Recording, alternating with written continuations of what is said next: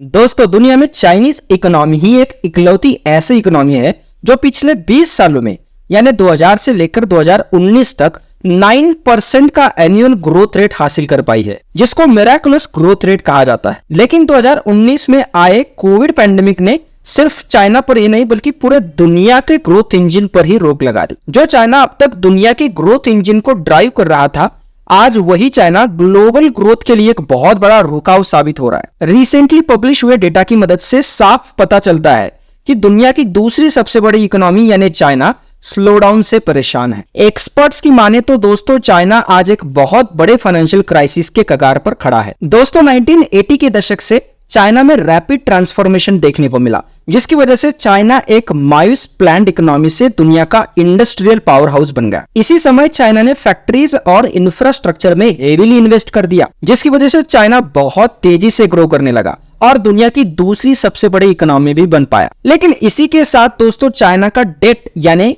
कर्जा भी तेजी से बढ़ गया। अगर चाइनीज सरकार के सेंट्रल और स्टेट लेवल्स और सरकारी कंपनीज का कंबाइंड डेट देखा जाए तो 2022 में ये चाइनीज इकोनॉमी के जीडीपी के 300% था। इसी के साथ ही चाइनीज सरकार के जनरल डेट की बात की जाए तो आने वाले कुछ सालों में ये बढ़कर जीडीपी के 100% हो जाएगा। मतलब इन अदर वर्ड्स, आने वाले समय में हमें चाइना में डेट क्राइसिस भी देखने को मिल सकता है। चाइना के इस सिचुएशन को और भी खराब कर रहा है चाइना का प्रॉपर्टी सेक्टर, जिसको रियल एस्टेट सेक्टर भी कहा जाता है। दोस्तों, चाइनीज बैंक्स ने आज तक रियल एस्टेट डेवलपर्स और लोकल गवर्नमेंट्स को भर भर के लोन दिए हैं, जिसकी वजह से इस रियल एस्टेट सेक्टर में बहुत ज्यादा इन्वेस्टमेंट हो चुकी है। यह प्रॉपर्टी सेक्टर आज इतना बड़ा बन गया है कि आज ये चाइनीज इकोनॉमी के जीडीपी के लगभग 25% है। लेकिन पिछले साल से यह प्रॉपर्टी सेक्टर का बबल भी बस्ट होता हुआ नजर आ रहा है।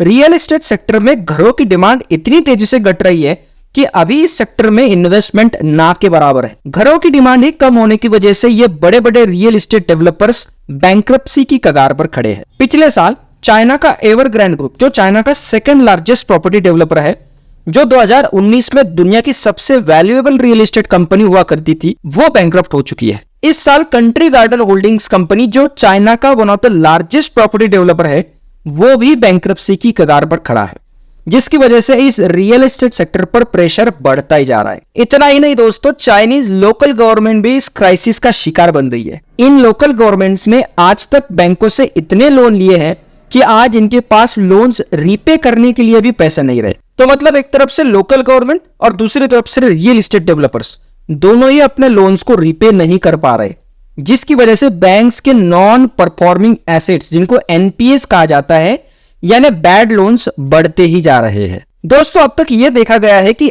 जब जब चाइना में स्लोडाउन आया तब तब चाइनीज सरकार ने इंफ्रास्ट्रक्चर में हेवी इन्वेस्टमेंट किया है, जिसकी वजह से स्टील और सीमेंट जैसे बिजनेसेस में उछाल देखने को मिलता था और इकोनॉमिक एक्टिविटीज बरकरार रहती थी। इवन इसकी वजह से इकोनॉमी स्लोडाउन से बाहर भी आती थी।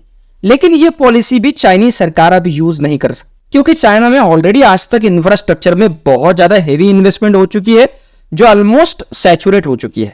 इसी के साथ ही चाइनीज सरकार पर कर्जा ऑलरेडी बहुत ज्यादा हाई हो चुका है। तो चाइनीज सरकार के पास ऑप्शन एक ही बचता है, कंजम्पशन को बढ़ावा देकर डिमांड को बढ़ाना। इसी घटते हुए डिमांड को फिर से रिवाइव करने तो चाइनीज सरकार ने बैंकों के इंटरेस्ट रेट्स घटा दिए हैं, ताकि बैंकों से ज्यादा कर्जे लिए जाए और इकोनॉमी में एक बार फिर से उछाल आ सके। वॉल स्ट्रीट जर्नल के अनुसार तो दोस्तों, चाइना का ग्रोथ मॉडल, जिसने पिछले 4 दशकों से चाइना के इकोनॉमी को आसमान छूने में मदद करी है, आज वही इकोनॉमिक मॉडल फेल होता हुआ नजर आ रहा है। इसी के साथ ही घटता हुआ चाइनीज पॉपुलेशन भी चाइनीज सरकार के लिए एक सरदर्द बन रहा है, जिसकी वजह से आने वाले समय में चाइना का लेबर फोर्स भी तेजी से घटने लगेगा। इन सब फैक्टर्स में कुछ सालों से एक और फैक्टर भी जुड़ चुका है, जो चाइनीज इकोनॉमी के लिए बहुत बड़ा नुकसान साबित हो रहा है, और वो है दोस्तों अमेरिका और वेस्टर्न कंट्रीज के साथ चाइना की बढ़ती हुई दूरी। कई सारी कंपनीज अब चाइना से इन्वेस्टमेंट प्लान्स को दूसरे कंट्रीज में शिफ्ट करना चाहती है, जिसकी वजह से चाइना में आने वाले कुछ सालों में इन्वेस्टमेंट्स भी बहुत कम होते हुए नजर आएगी। भले ही चाइनीज सरकार 2023 के लिए 5% ग्रोथ रेट एक्सपेक्ट कर रही है, लेकिन इकोनॉमिस्ट्स के अनुसार ये अचीव करना काफी डिफिकल्ट है। इतना ही नहीं दोस्तों, कुछ एक्सपर्ट्स का तो ये भी मानना है कि 2030 तक ये ग्रोथ रेट 2 या 3% तक भी कम हो सकता। क्या चाइनीज इकोनॉमी इस फाइनेंशियल क्राइसिस को झेल पाएगी?